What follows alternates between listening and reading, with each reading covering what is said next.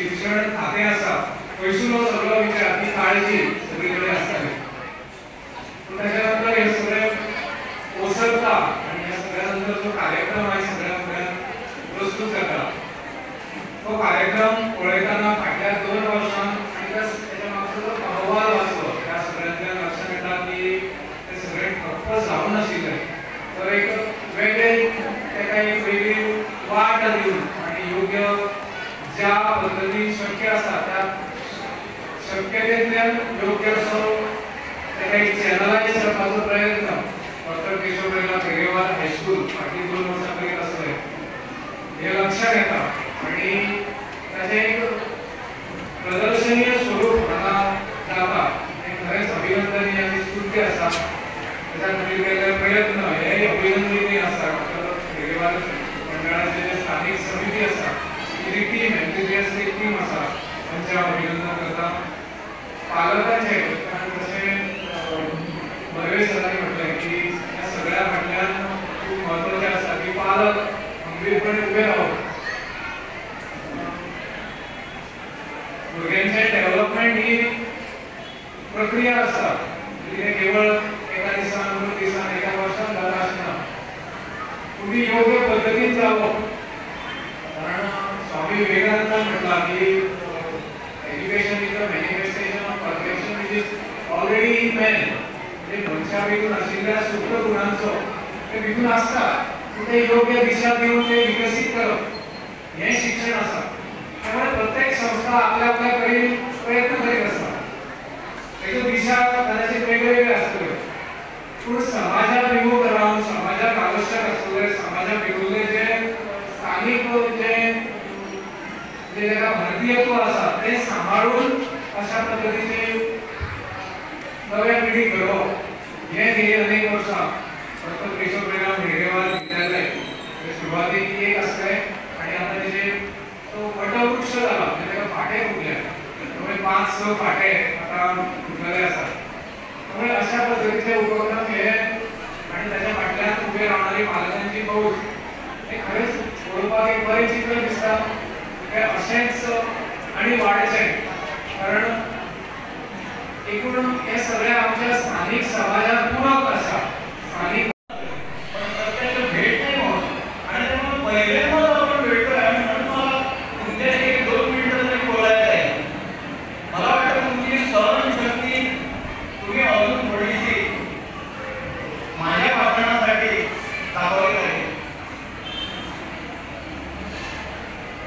पहिली गोष्ट मला सांगायची आहे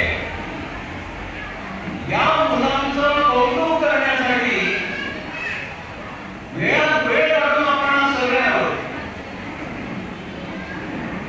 खूप मोठी गोष्ट आहे त्याच्यासाठी आपली सगळी सहनशक्ती म्हणजे गर्दी सुद्धा या गर्दीमध्ये भस्म ओढणे कुठेतरी मग जाऊन बसायचं इकडे तुम्हाला काय वाटतं तिकडे बसायचं इथं बंद नाही ना हॉल वगैरे बसायचं या मुलांसोबतच बसायचं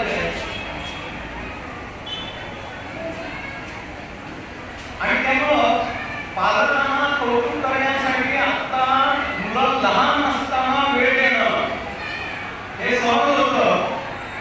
मुलं मोठी झाल्यानंतर सुद्धा तुम्ही असा वेळ देणार काय या मुलांना? हा माझा प्रश्न आहे, पहिला प्रश्न आहे.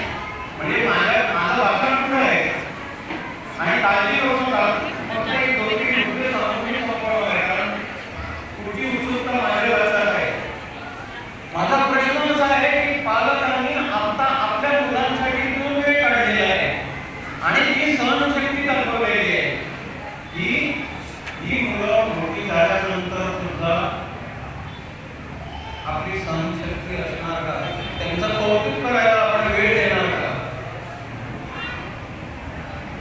आज आपण एवढे आपल्या व्यवसायामध्ये आणि सगळ्या गोष्टीमध्ये इतक्या मग्न आहोत की मुलांकडे बघायला सुद्धा काही पालकांना वेळ नसतो. मी नेहमी असं म्हणतो की पालकांच्या सहकार्याशिवाय शाळा चालणार नाही. पालकांचं सहकार्य पाहिजे. सहकार्य पाहिजे म्हणजे कशासाठी? इमारत बांधण्यासाठी नाही. पालकांचं सहकार्य एवढ्यासाठी पाहिजे की ही मुलं जी शाळेत येतात ती घरी गेल्यानंतर त्यांना जे काही आपल्या शाळेत सांगितलेलं आहे ते प्रत्यक्षात आणण्यासाठी पालकांचं सहकार्य हवं आहे. उदाहरणार्थ ही शाळा आता एवढी मोठी होते आहे, सगळ्या पालकांना आपल्या मुलांना इतकं प्रवेश मिळावा असं वाटतं. याचं कारण असं आहे की इतर अनेक शाळा आहेत, या शाळांनी परंपरेप्रमाणे जे त्यांचं चाललेलं आहे ती परंपरा ते पुढे नेत आहेत. आपण असा विचार केला, 2 गोष्टी आपल्या समोर ठेवल्या, संस्कृती आणि संस्कार. 2 गोष्टी आपल्या समोर आहेत. जी आपल्या पूर्वजांनी आपल्याला संस्कृती दिली, जो आदर्श आपल्या श्रेष्ठ अशा संस्कृतीचा, भारतीय संस्कृतीचा आदर्श आपण जगासमोर ठेवतो आणि जगामध्ये अनेक देश आज आपण अनुकरण करत आहेत. अशा वेळी आपण मात्र या आपल्या पूर्वजांनी दिलेली जी आपल्याला श्रेष्ठ अशी परंपरा आहे ती विसरतो, की आपण पुन्हा एकदा आपल्या शाळेत पुनरुज्जीवित करतो आहोत.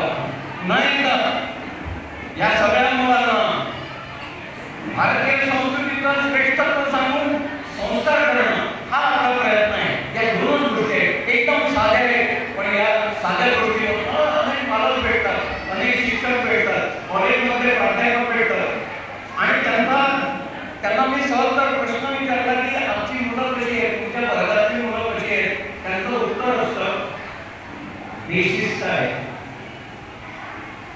पालकांचं उत्तर आहे आमची मुलं बेशिस्त आहेत. शिक्षकांचं उत्तर आहे आमची मुलं बेशिस्त आहेत. कॉलेजमधल्या प्राध्यापकांचं म्हणणं आहे आमची मुलं बेशिस्त आहेत. पण डॉक्टर रेड्डीवाला साहेबांनी आम्ही असं मानतो की मुलं बेशिस्त नाही, आम्ही कमी पडतोय.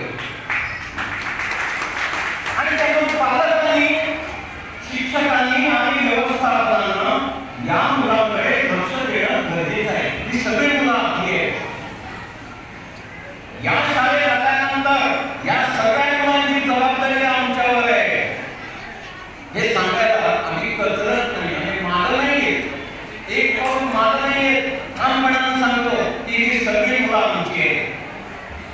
आणि पालकांनी म्हटलं पाहिजे की ही सगळी मुलं फक्त माझा मुलगा आणि माझी मुलगी नाही, या शाळेमधली सगळी मुलं आमची आहेत. प्रत्येकाची, सगळ्या पालकांची सगळी मुलं, शिक्षकांची मुलं आहेत, व्यवस्थापनाची मुलं आहेत.